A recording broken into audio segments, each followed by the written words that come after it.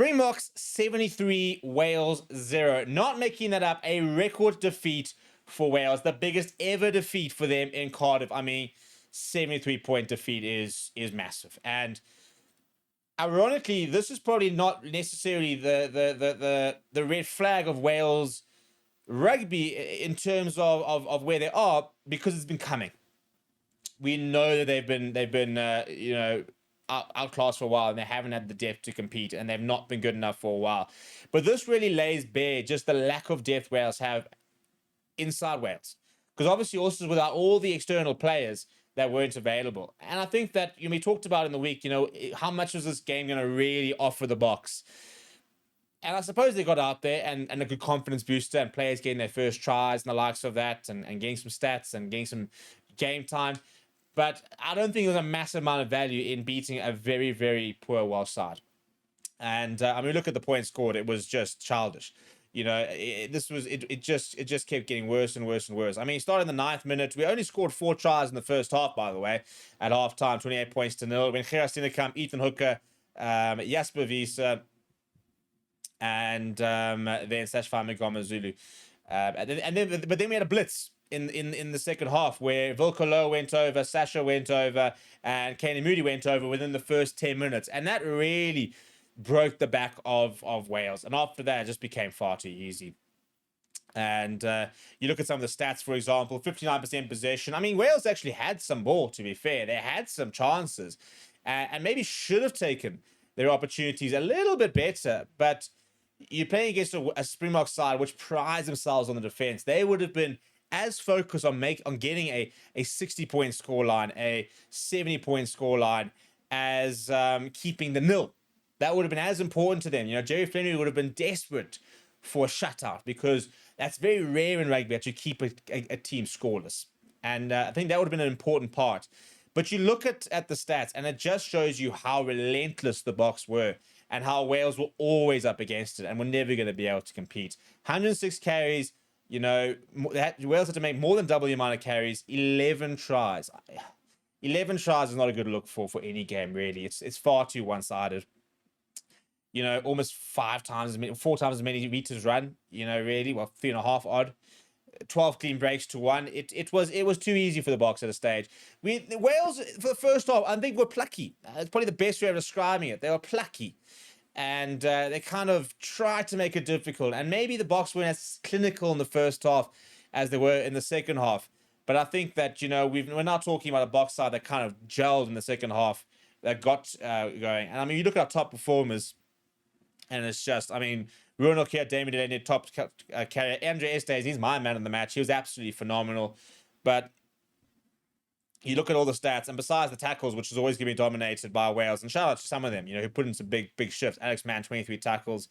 But when you've got 4 players all making more than 50 odd meters, it's been a dominant performance. You got Sashfai Mngomezulu with the double. So it was one guy with 2 tries, and then 9 guys with 1 try. More than almost half the team scored a try today. Sashfai Mngomezulu, 28 points. Obviously was pretty. It was all right off the tee. Missed a couple that he missed one that should have maybe gotten. You look at some of the other stats. Andre Estes in 2 offloads. Morne van den Berg and Kobus Franke, your top passes, as you'd expect. The fact that Sashfai Mngomezulu passed more than Kieran Hardy says a lot. Kieran Hardy played about 60 odd minutes, maybe 50 odd minutes of the game, and passed the ball 13 times. He played just over more than Morne van den Berg. He passed it 50 times. And that shows you the dominance that we had. So we look at the attack, for example, more carries, more meters run, more offloads, 550 more passes. But look at it defensively. Wales missing 25 tackles. And ironically, the tackle percentage is only slightly worse than us. But we just didn't have to defend at all until maybe towards the end, a couple of phases, but we did it very, very well and very straightforward. But, turnovers 1. Can I just point out that Andre Estes had 3 turnovers by himself. 18 turnovers in total, where Wales lost the ball in front and the likes of that. But it's the set plays at the end of the day. Our scrums, we actually can see the scrum penalty, but it's just one-way traffic. You get a scrum, and it's already written, really, that we're going to get a scrum penalty, that we're going to have a free roll of the dice. Lineouts were superb, 100%. Wales didn't even bother contesting because they needed to try and stop them all. And so they were never going to really contest for the lineouts over there. So that became a very easy set piece for us, in all honesty. And the pressure, 16 penalties, 2 yellow cards. I will say, and it hasn't quite updated because it was right towards the end, the red card for the Boks, sickening, to be honest. It sounds harsh, but genuinely sickening from Eben Etzebeth. Absolutely no need for it. Right, it was 77th minute of the game. You've hammered them, and to go and concede a red card for eye gouging in that manner for a player who is the most capped player of all time in this country is really disappointing. You know, we've had 3 red cards now in the Autumn Nation series. One was chalked off. One I think you could put to a bit of a 50-50. But today, that Eben red card is awful. You look at that and you think we've had our high horse about how bad James Ryan was. There is no defense for what Eben Etzebeth did with that eye gouging incident. It's horrendous. It's a bad look. He's going to be banned for a long time, as he should. And what a terrible way to end the game and to end the season for the Boks. Such a good season for the Boks, been marred by a moment of madness, really, from your most experienced player is a little bit heartbreaking, to be honest, because we've had so much to celebrate. We've had so much to kind of launch ourselves into a great game. And then you look at that and you think, it's not good enough. It's not what we're about as Bok fans, as Springboks, you know. That's not what we're about. And regardless of whatever happened, that kind of action, you cannot see that in rugby. You can't. And we've got to hold our players accountable. We've got to hold our role models accountable. You know, and he's a superstar. He's our most capped player ever. We've got to hold him accountable. We've got to say, that is not good enough. And he'll come out and say it's not good enough, and he apologizes. But we've got to really, really, really emphasize the fact that it's not. And we can't take a back seat.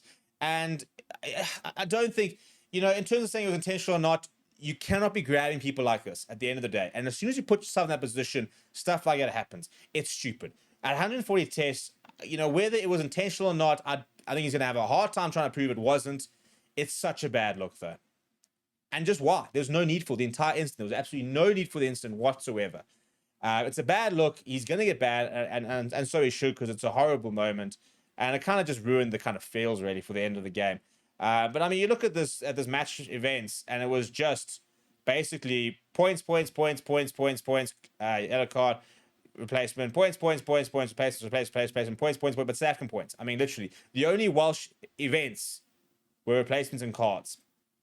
That's how bad it was. So it was a great match. And Andreas Dayton's gotten the man of the match over there, as he should have. But it just feels a little bit flat on the back of the Eben Etzebeth incident. But apart from that, what did you think of the match? Let me know down in the comments below. Smash a like on the video. Subscribe to the channel as well. Thank you very much for watching. My name is Steve, and I'll chat to you. Well, I'm not going anywhere, actually, to be fair.